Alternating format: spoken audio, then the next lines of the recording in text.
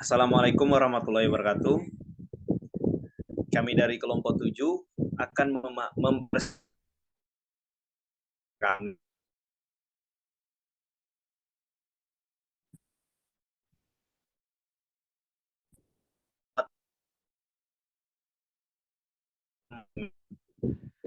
kampus Tanjung Duren. Adapun kelompok 7 atau rekan saya yang terdiri dari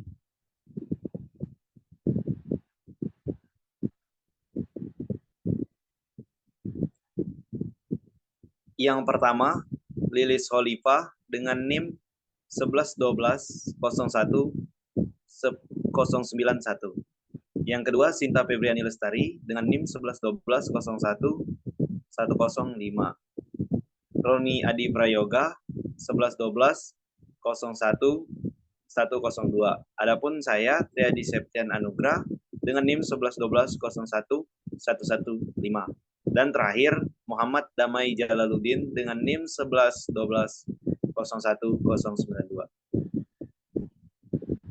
Baiklah, untuk memaparkan hasil pembahasan kami, maka akan dibacakan oleh rekan saya Sinta Febriani. Kepada Sinta, saya persilakan.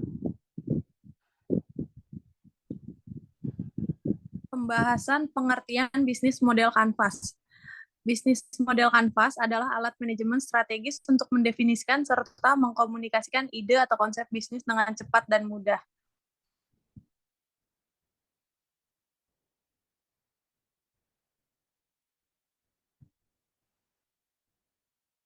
BMC berbentuk dokumen satu halaman yang bekerja melalui elemen fundamental, bisnis atau produk, serta menyusun ide dengan cara koheren. BMC sisi kanan berfokus pada pelanggan eksternal, sedangkan kanvas sisi kiri berfokus pada bisnis internal. Baik faktor eksternal dan internal bertemu di sekitar value proposition yang merupakan pertukaran nilai antara bisnis Anda dan pelanggan atau klien Anda sendiri. Mengapa bisnis Anda memerlukan BMC? Yang pertama, untuk menggambarkan dengan cepat tentang apa yang dibutuhkan oleh suatu ide. Yang kedua, memungkinkan Anda untuk memahami proses yang untuk keterhubungan antara ide Anda hingga membuatnya menjadi suatu bisnis. Yang ketiga, memperlihatkan seperti apa pengaruh keputusan pelanggan terhadap sistem bisnis. Dan yang keempat, memungkinkan setiap orang untuk mendapatkan ide yang jelas tentang gambaran bisnis. Untuk materi selanjutnya dijelaskan oleh teman saya bernama Lilis Holifah. Cara menggunakan BMC, satu visual thinking, cara terbaik menggunakan BMC adalah dengan membuat poster berukuran besar dan menempelkannya di dinding. Setelah itu, founder dapat menggunakan sticky note seperti post-it untuk mengisi 9 elemen. Sticky note memungkinkan group thinking karena setiap orang dalam tim berpartisipasi aktif. Dua, iterasi dengan cepat. Iterasi proses di mana founder keluar dari kantor atau ruangannya dan mencoba memvalidasi idenya. Kemudian kembali ke kantor untuk memperbaiki model bisnis dan produknya berdasarkan feedback yang didapat dari market dengan sifat ringkas dan menyeluruh dari BMC. Founder dapat dengan cepat melakukan iterasi ini. 3. Dengan cepat melihat kaitan 9 komponen. Dengan cara ini, tim dapat menemukan hubungan dari peluang pasar atau proposisi nilai unik, sehingga diharapkan tim dapat mendokumentasikan ide-ide baru sebagai hipotesis baru untuk menguji BMC sebagai iterasi baru. Keempat, memaksa tim dengan ringkas menyampaikan pikirannya. Tim dipaksa menjelaskan dengan tepat dan ringkas apa yang akan mereka uji atau yang karena informasi dicatat dengan pendek pada post-it.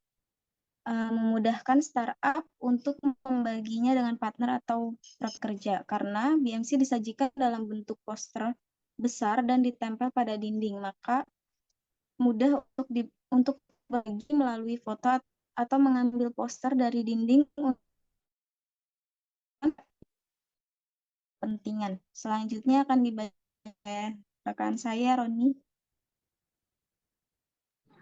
Keuntungan BMC. 1. Bisa dipakai untuk semua jenis model bisnis seperti traveling, restoran, hotel, perkebunan, mining, dan sebagainya. 2. Cepat mengetahui keseluruhan keuntungan dan kekurangan bisnis. 3. Proses analisis kebutuhan dan profit dapat dilakukan dengan cepat. 4. Memetakan bisnis untuk mengetahui kelemahan sejak dini. Dan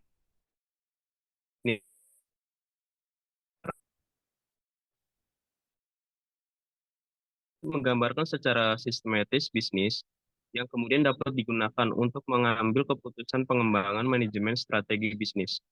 D. 9 elemen bisnis model Canva BMC. 1. Field Profession. Field Profession adalah fondasi untuk segala bisnis atau produk. Field Profession merupakan konsep dasar dari pertukaran nilai antara bisnis Anda dengan pelanggan atau klien Anda. Umumnya, view secara customer dengan uang ketika masalah mereka diselesaikan oleh solusi bisnis atau produk yang Anda tawarkan. Pertanyaannya, yang perlu ditanyakan saat masalah apa ya? Yang mengapa seorang ingin masalah ini, apa sih yang tipsnya mendekati atau pelanggan adalah dengan segmen Anda dan mencari tahu bahwa dari mana bagi pelanggan dapat hierarki. Oke, akan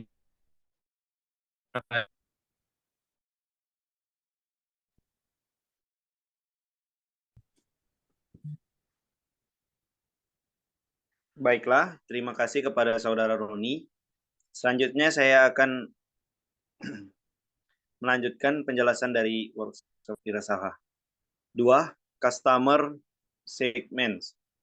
Customer segment adalah praktik membagi bisnis pelanggan menjadi kelompok individu yang serupa dengan cara tertentu, seperti usia,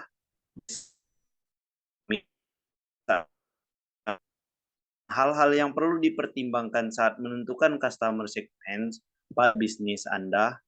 Yang pertama, kita harus untuk siapa kita memecahkan masalah, siapa yang akan menghargai film precision saya, apakah mereka bisnis lain, jika iya, apa karakteristik dari bisnis tersebut. Apakah mereka bisnis lain? Jika iya, apa karakteristik dari bisnis tersebut? Atau apakah mereka orang lain? Apakah value proposition saya menarik bagi pria atau wanita? Atau bahkan keduanya? Apakah value proposition saya menarik bagi orang berusia 20 hingga 30 tahun atau remaja? Apakah karakteristik dari orang yang mencari value proposition saya? Nah, hal yang lain perlu untuk diukur dan dipahami adalah ukuran market bisnis. Nah, dan beberapa banyak orang di customer, hal ini akan membantu Anda memahami pasar dari perspektif mikro dan makro. Tempat yang tepat untuk memulai memahami pelanggan Anda adalah dengan membuat persona pelanggan untuk setiap customer segmen Anda. Ketiga, customer relationship. Baiklah, penjelasan dari customer relationship, tahu value proposition dari bisnis kita dan telah mengembangkan pelanggan kita. Tetapi bagaimana hubungan yang kita miliki dengan pelanggan kita? Customer relationship didefinisikan sebagai bagaimana bisnis berinteraksi dengan pelanggannya. Jadi, apakah bisnis Anda bertemu langsung dengan mereka atau lewat telepon, atau bisnis Anda sebagian besar dijalankan secara online, sehingga hubungannya juga akan online. Beberapa contoh. Adapun secara langsung, online, acara, dan telepon. Nah, langkah yang akan membantu adalah membuat user journey map MAP dari pelanggan saat mereka berinteraksi dengan bisnis Anda, User Journey MAP akan membantu memperjelas poin keterlibatan antara Anda dengan pelanggan serta cara yang digunakan untuk berhubungan dengan pelanggan Anda. Biasanya hal tersebut juga akan membantu Anda mulai mendefinisikan operasi Anda sebagai bisnis dan juga membantu mengidentifikasi peluang untuk otomatisasi. Keempat, channel. Channels ini didefinisikan sebagai jalan yang digunakan pelanggan untuk berhubungan dengan bisnis Anda dan menjadi bagian dari siklus penjualan. Channels umumnya tercangkup dalam rencana pemasaran untuk bisnis Anda. Pertanyaan bagus untuk ditanyakan saat mengidentifikasi channel untuk memanjakan pelanggan adalah bagaimana cara memberitahu customer segment tentang value proposition dari bisnis kita? Di mana pelanggan kita? Apakah mereka ada di media sosial? Apakah mereka sedang mengendarai mobil dan mendengarkan radio? Apakah mereka ada di acara atau konferensi? Apakah mereka menonton TV? Contoh dari channel, media sosial, surat elektronik, atau email marketing.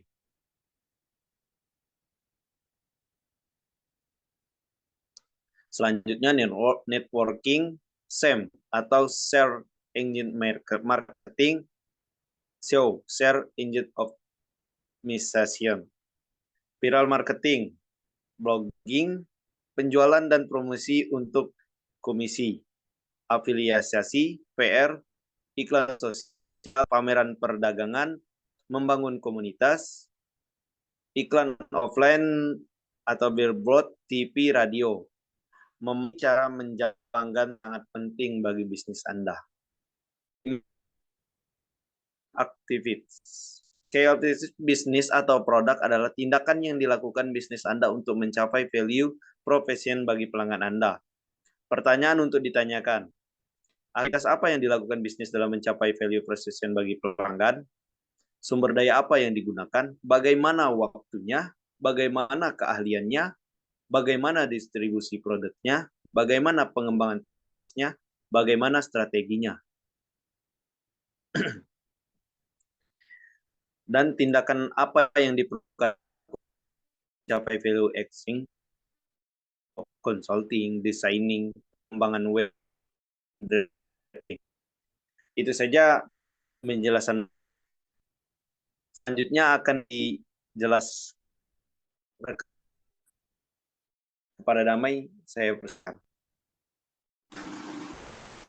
Setelah ini saya akan membahas nomor 6 tentang key research. Selanjutnya Anda harus memikirkan tentang sumber daya praktis apa yang diperlukan untuk mencapai key activities atau tindakan bisnis.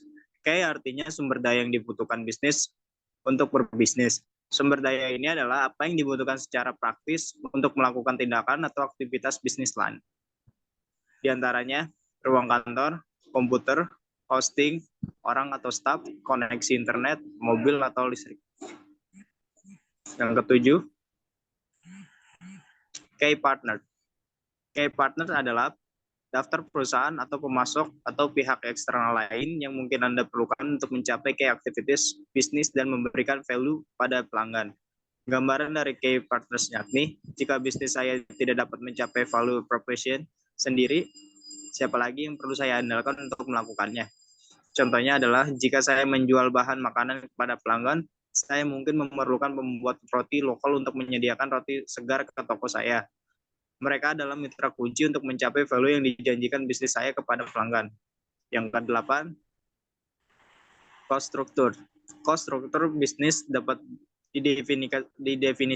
didefinisikan sebagai biaya moneter operasi bisnis. Adapun beberapa pertanyaan yang sering diajukan. Yang pertama, berapa biaya untuk mencapai key activities bisnis saya? Berapa biaya cash reserve dan key partnership saya? Berapa biaya untuk mencapai value proposition bagi pelanggan atau pengguna saya? Apakah terdapat biaya tambahan untuk menjalankan bisnis? Bagaimana hukumnya? Bagaimana pertanggungjawabannya? Berapa biaya bisnis saya? Berapa opportunity cost dalam menjalankan bisnis saya? Yang ke-9, revenue stream.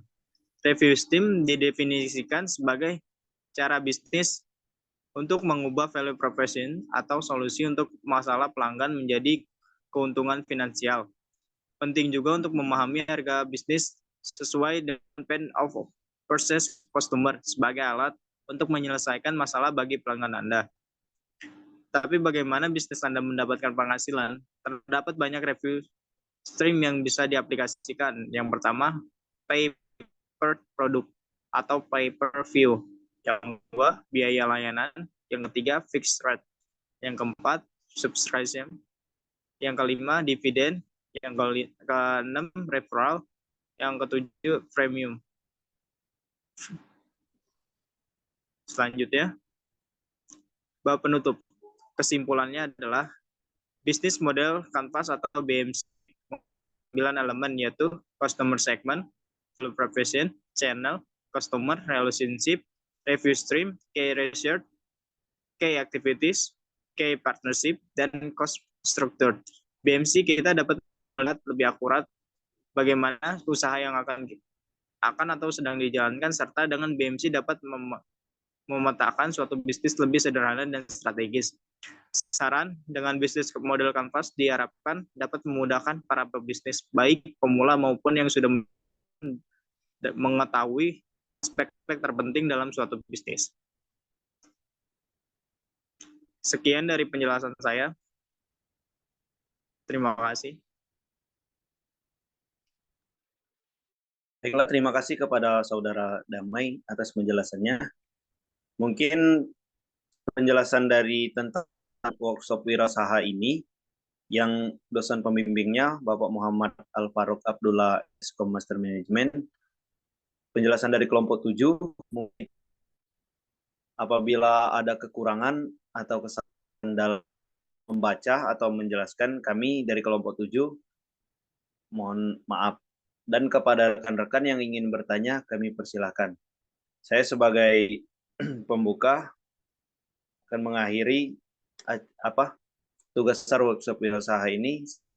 Wabillahi taufiq wal hidayah. Wassalamualaikum warahmatullahi wabarakatuh.